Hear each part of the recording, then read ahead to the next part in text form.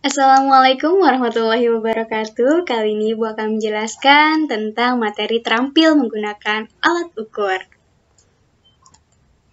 Kompetensi dasar 3.2 menerapkan prinsip-prinsip pengukuran besaran fisis, ketepatan, ketelitian, dan angka penting serta notasi ilmiah.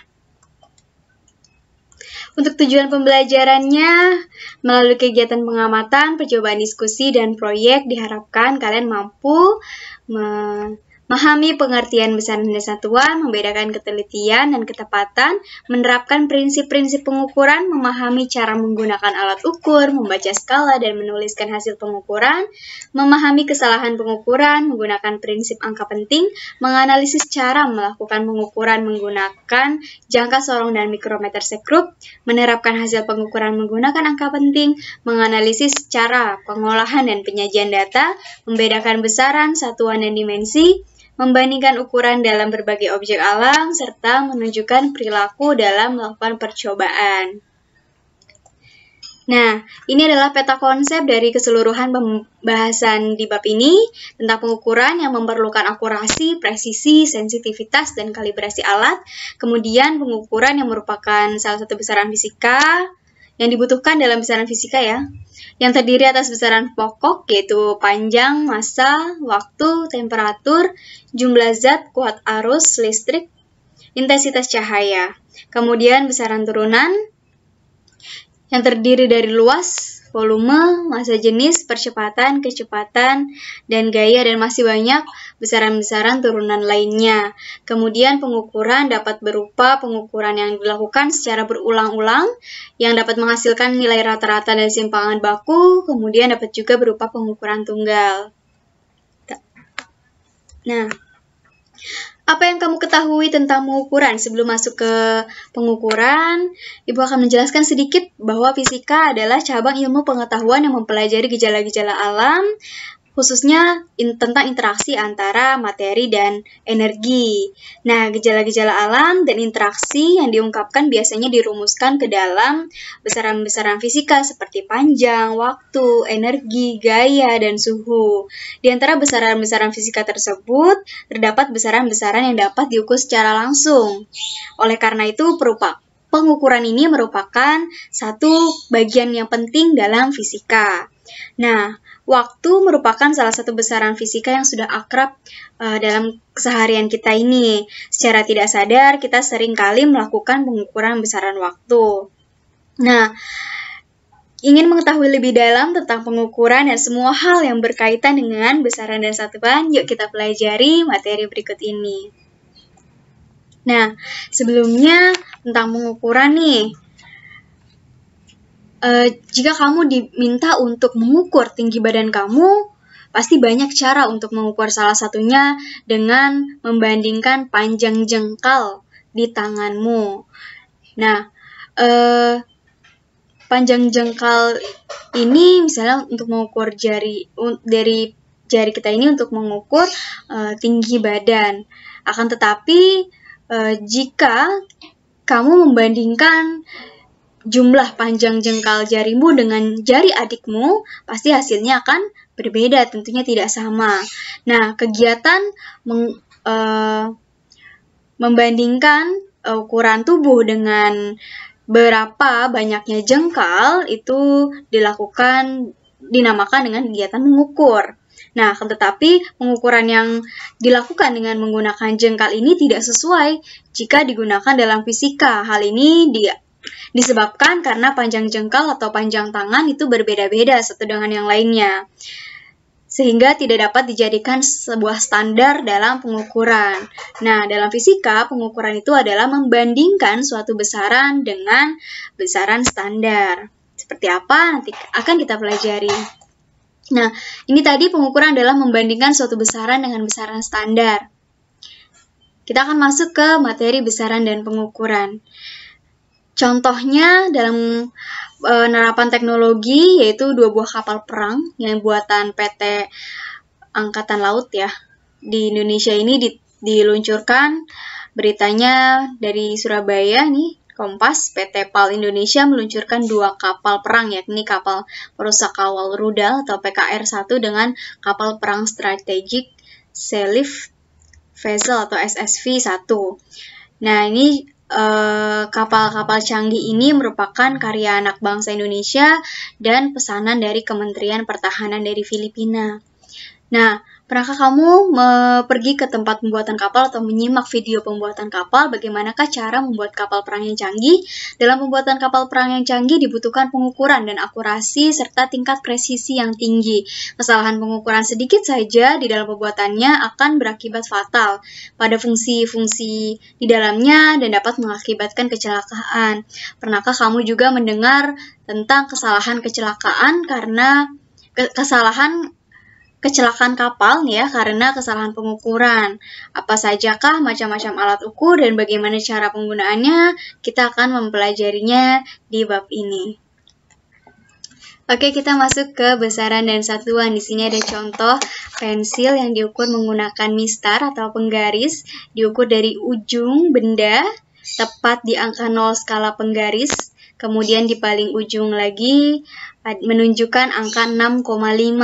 Hasil pengukurannya yaitu 6,5 cm dengan panjang itu merupakan besaran, cm merupakan satuannya, dan 6,5 itu adalah nilainya. Ya, besaran itu merupakan sesuatu yang dapat diukur sehingga hasilnya dapat dinyatakan dalam bentuk angka dan satuan. Nah, di sini besaran dibagi dua jenis, yaitu besaran pokok dan besaran turunan. Besaran pokok ada 7, yaitu panjang, massa, waktu, suhu, kuat arus, dan intensitas cahaya. Serta besaran turunan diantaranya gaya, percepatan, energi, massa jenis, luas, tekanan, dan momentum. Dan masih ada besaran-besaran turunan dalam fisika lainnya. Kemudian besaran pokok itu merupakan besaran yang satuannya telah ditetapkan terlebih dahulu oleh kesepakatan para fisikawan. Kemudian besaran turunan adalah besaran yang satuannya diturunkan dari besaran-besaran pokok penyusunnya.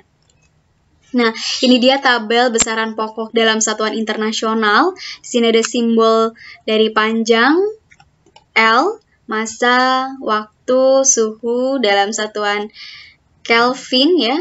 Kuat arus ampere, jumlah molekul mol, intensitas cahaya kandela. Di sini ada singkatan simbol satuannya dan alat ukurnya. Panjang adalah mistar, massa neraca, waktu stopwatch, suhu termometer, kuat arus, alat ukurnya amperemeter, intensitas cahaya adalah fotometer. Di sini ada dimensi-dimensinya, nanti akan kita pelajari di bab dimensi, di materi khusus dimensi. Lanjut, di sini ada besaran turunan dalam satuan internasional. Nah, di sini besaran turunan gaya. Di sini ada dimensinya M, ya, L dan per T pangkat 2, kalor, volume, dan seterusnya. Kemudian kita akan membahas tentang sistem satuan, notasi ilmiah, dan dimensi. Satuan merupakan sesuatu yang digunakan sebagai pembanding dalam pengukuran serta menunjukkan jenis dari besaran yang diukur. Nah, satuan itu dibagi dua, satuan baku dan satuan tidak baku. Satuan baku dikelompokkan menjadi dua, yaitu satuan internasional, yaitu meter, kilogram, second, dan satuan CGS atau centimeter, gram, dan second. Kalau satuan tidak baku itu bersifat lokal atau dipahami masyarakat, contohnya jengkal, depa, hasta, mayam, tumbak, dan lainnya ya, masih banyak. Kemudian ini ada satuan internasional yang digunakan secara internasional dan telah memiliki standar baku.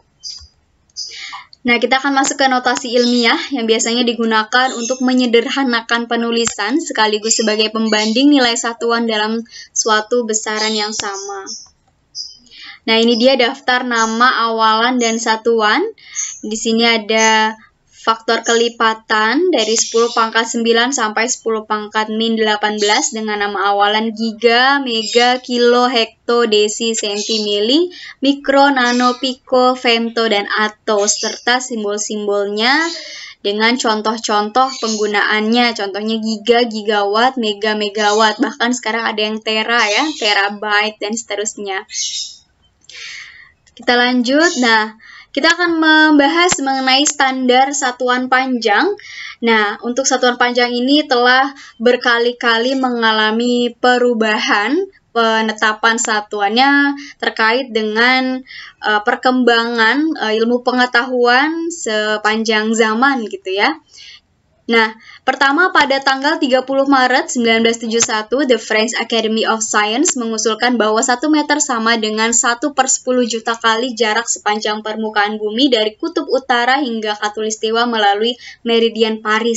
Nah, usul ini disetujui oleh French National Assembly, meskipun terjadi kesalahan ketika melakukan perhitungan sehingga prototipe lebih pendek 0,5 mm. Ini adalah definisi awal meteran pertama kali, ya, 1/1000 jarak dari kutub ke ekuator. Lanjut, berikutnya sebelum 1960, yaitu tepatnya pada 28 September 1889, ya, standar panjang internasional adalah panjang sebuah batang yang terbuat dari campuran platina iridium yang disebut dengan meter standar.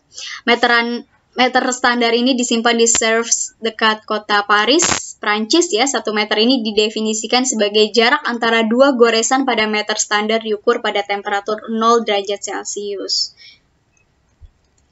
Oke, kita lanjut perkembangan berikutnya, yaitu definisi ini dia yang tadi meter.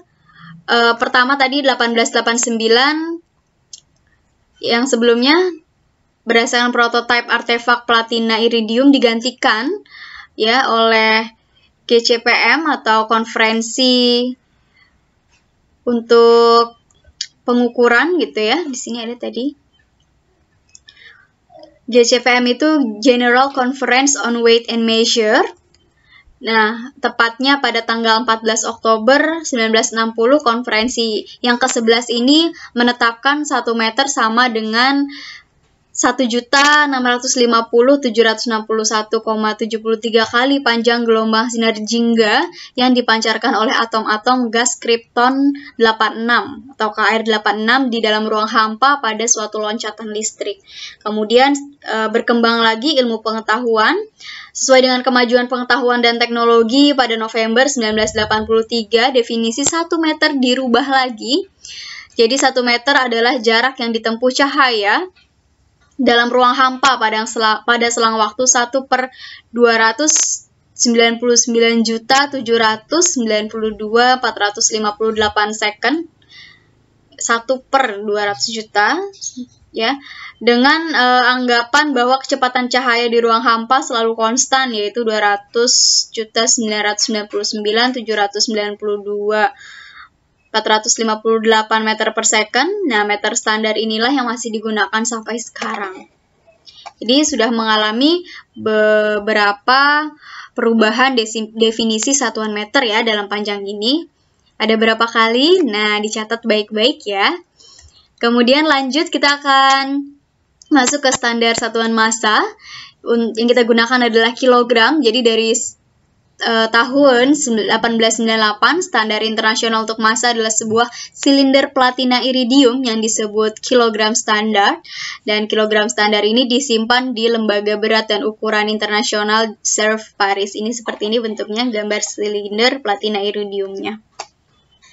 Kita lanjut, berikutnya untuk standar satuan waktu. Ya, untuk mengukur satuan waktu adalah second atau detik. Waktu dapat diukur dengan menggunakan kejadian-kejadian yang berulang secara teratur. Nah, waktu ini juga mengalami perubahan penetapan standar satuan waktu nih. Pada awalnya, selama berabad-abad, orang ini menggunakan perputaran bumi pada porosnya atau rotasi bumi sebagai standar untuk menentukan panjang selang waktu dalam satu hari, yaitu 1 second ini sama dengan 1/86.400 hari matahari rata-rata. Namun, setelah dilakukan pengamatan yang lebih teliti, diketahui bahwa 1 hari matahari rata-rata dari tahun ke tahun tidaklah sama, sehingga standar waktu tersebut harus berubah. Jadi, pada tahun 1956 dilakukan perubahan tentang definisi second standard, yaitu seperti ini. Ya, menggunakan lamanya tahun 1900. Kemudian pada 1967 para ilmuwan menggunakan jam atom.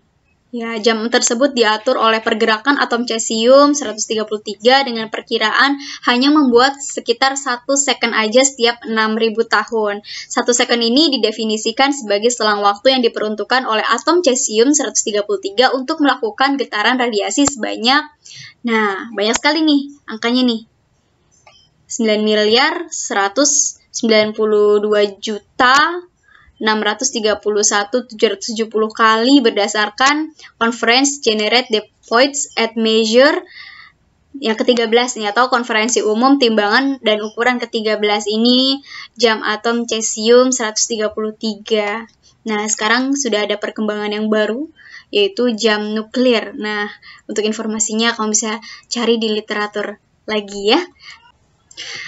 Nah, Ibu akan men-challenge kalian semua untuk mencari informasi mengenai standar satuan kuat arus listrik, standar satuan temperatur, standar satuan intensitas cahaya, dan standar satuan jumlah zat. Kamu boleh saling sharing dengan temannya satu sama lain, boleh saling berbagi, kemudian kita akan sharing bersama-sama di meeting pada pertemuan berikutnya, apa yang sudah kamu temukan gitu ya. Kemudian kita lanjut ke bagian dimensi ya. Dimensi suatu besaran menunjukkan cara besaran itu tersusun dari besaran-besaran pokoknya. Di sini ada besaran pokok dan simbol-simbol dimensi ya. L, M, T, dan theta seterusnya. Kemudian kita contoh prinsip. Nah, ini contoh soal dari menentukan dimensi besaran berikut ini: volume, massa jenis, dan kecepatan.